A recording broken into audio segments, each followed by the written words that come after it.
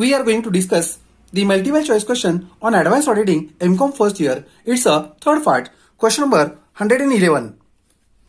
Dash audit relates to examination of books of accounts and other records related to accounts of financial. Here option A is correct one. Dash is the appraisal of managerial performance to ensure organizational objectives is a management audit. Option B is correct one. Question 113. Management audit is an extension of an internal audit. Here option D is correct one.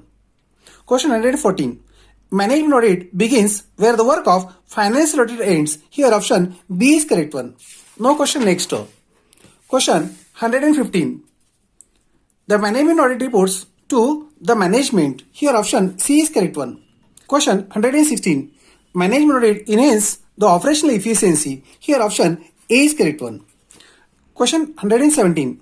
Management audit is close to a cost audit. Here option B is correct one. The management audit is a dash under Companies Act is a not compulsory under the Companies Act. Here option B is correct one. The management audit report is submitted to the top management. Here option A is correct one. Question 120. Dash appraises and reviews of the past as well as look to the future for improvement is a management audit. Here option C is correct one. Question 121. CSR means corporate social responsibility. Here option A is correct one. Question 122. Areas in which the companies can invest money under CSR are education, poverty, gender equality and hunger. Here option B is correct one. India is the dash country in the world who made a law for the involvement of the corporate sector in the field of a social reform is a first country. Here option A is correct one. One of the objectives of social audit is options are given to top social development programs, providing money to poor, assessing the physical and financial gap between the need and resources available for local development and reduce the unemployment. Here option C is correct one. Question 125. Social audit programs have mostly been dash because there is no legal provisions for punitive action. Is ineffective. Option C is correct one. The provisions of giving away 2% of charity is made under the section Companies Act Amendment 2019. Here option D is correct one. Question 127. A business with annual revenue of more than 10 billion must give away 2% of their net profits to a charity. Here option A is correct one. Question 128. One of the objectives of social audit is creating dash among the beneficiaries and providers of local social productive services is awareness. Here option B is correct one. Question 129. One of the advantages of social audit is it dash human resources and social capital to develop. Here option A is correct one. Question 130. Social audit means the dash impact of the works done by the company on a social.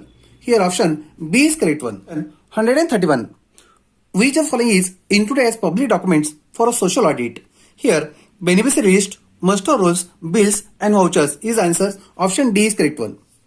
Question 132.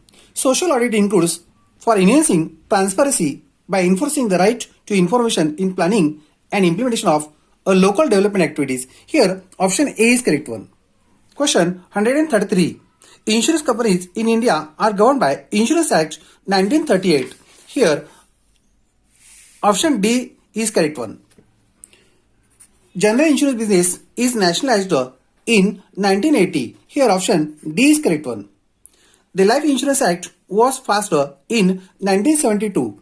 Option C is correct one. To cover unexpired risk in case of marine insurance and minimum reserve is to be maintained at 100% of net premium. Here option D is correct one. Question 137.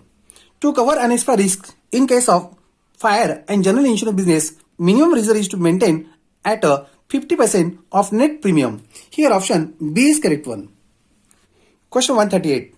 The auditor should note that the expense of management do not cross the limit laid down under section 40. Here option A is correct one.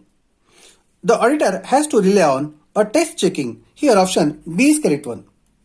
The main source of income of insurance company is a premium. Here option D is correct one. Question 141. The auditor should have full knowledge about the Insurance Act 1938. Here option A is correct one.